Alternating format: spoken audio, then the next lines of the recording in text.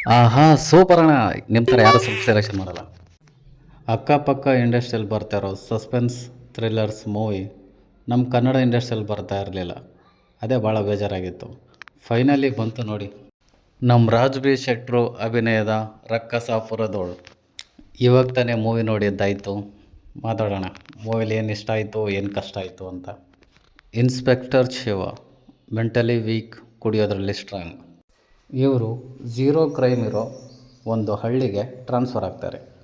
ಆ ಹಳ್ಳೀಲಿ ದೇವರು, ದಿಂಡ್ರು, ಮಾಟ ಮಂತ್ರ ಈ ಥರ ಮೂಢನಂಬಿಕೆಗಳಿಂದ ಬದುಕ್ತಾ ಇರುವಂಥ ಜನ.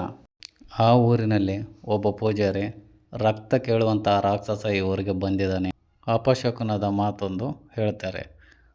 ಅದಾದಮೇಲೆ ಆ ಊರಲ್ಲಿ ಬೀಳೋ ಸಾಲು ಸಾಲು ಹೆಣ, ಆ ಸಾವುಗಳಿಗೆ ಕಾರಣ ಏನು, ಯಾಕೆ ಸತ್ರು, ಹೇಗೆ ಸತ್ರು, ಇದನ್ನೆಲ್ಲ ಇನ್ಸ್ಪೆಕ್ಟರ್ ಶಿವ ಈ ಚಕ್ರವ್ಯೂಹನ ಹೇಗೆ ಭೇದಿಸ್ತಾರೆ. ಊರಿನವರ ಪ್ರಕಾರ ಈ ಸಾವುಗಳ ಹಿಂದೆ ಕೊಳ್ಳಿ ದೆವ್ವದ ಕೈವಾಡ ಇದೆಯಾ ಇಲ್ವಾ, ಅದನ್ನೆಲ್ಲ ಮೂವಿ ನೋಡಿ ತಿಳ್ಕೊಬೇಕು.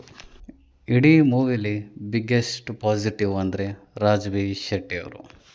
ಅಪ್ಪ ಏನು ಆ್ಯಕ್ಟಿಂಗು! ಪ್ರತಿ ಸೀನಲ್ಲೂ ಅವರೇ ಹೈಲೈಟ್ ಆಗ್ತಾರೆ ಮೂವಿಲಿ ಕಾಮಿಡಿ ಚೆನ್ನಾಗಿದೆ, ಬಿ ಜಿ ಎಮ್ ಅಲ್ಟಿಮೇಟ್ ಆಗಿದೆ. ಇದಕ್ಕೆ ಅರ್ಜುನ್ ಜನ್ಯ ಅವರಿಗೆ ಅಪ್ರಿಷಿಯೇಟ್ ಕೊಡಲೇಬೇಕು. ಎಡಿಟಿಂಗ್, ಸಸ್ಪೆನ್ಸ್ ಥ್ರಿಲ್ಲರ್ ಮೂವಿಲಿ ಎಡಿಟಿಂಗೇ ಮೇಯ್ನು.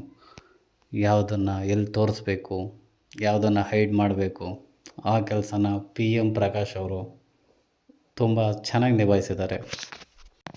ಈ ಮೂವಿಯ ಡೈರೆಕ್ಷನ್, ಸ್ಕ್ರೀನ್ ಪ್ಲೇ, ಡೈಲಾಗ್ಸ್ ಎಲ್ಲ ರವಿ ಸಾರಂಗ್ ಅವರು ತಮಗೆ ಕೊಟ್ಟಿರೋ ಕೆಲಸನ ಬಹಳ ಅಚ್ಚುಕಟ್ಟಾಗಿ ಅದ್ಭುತವಾಗಿ ನಿಭಾಯಿಸಿದ್ದಾರೆ. ಇನ್ನೂ ನನಗೆ ಕಷ್ಟ ಅನಿಸಿದ್ದು ಹೇಳಿದರೆ ಸ್ಪಾಯ್ಲರ್ ಆಗುತ್ತೆ. ಸೊ 1-2 ಸೀನ್ ಬಿಟ್ಟರೆ ಇಟ್ಸ್ ಎ ಗುಡ್ ವಾಚ್, ಚೆನ್ನಾಗಿದೆ ಮೂವಿ. ನೀವು ಈ ಮೂವಿನ ನೋಡಿದರೆ ನಿಮ್ಮ ಅಭಿಪ್ರಾಯನ ಕಮೆಂಟ್ ಸೆಕ್ಷನಲ್ಲಿ ತಿಳಿಸಿ, ಯಾವಾಗಲೂ ಓಪನ್ ಇರುತ್ತೆ. ವಿಡಿಯೋ ಇಷ್ಟ ಆಗಿದ್ದರೆ ಲೈಕು, ಸಬ್ಸ್ಕ್ರೈಬ್ ಮಾಡ್ಕೊಂಬಿಟ್ರಪ್ಪ. ಸಿಗೋಣ ನೆಕ್ಸ್ಟ್ ವಿಡಿಯೋದಲ್ಲಿ.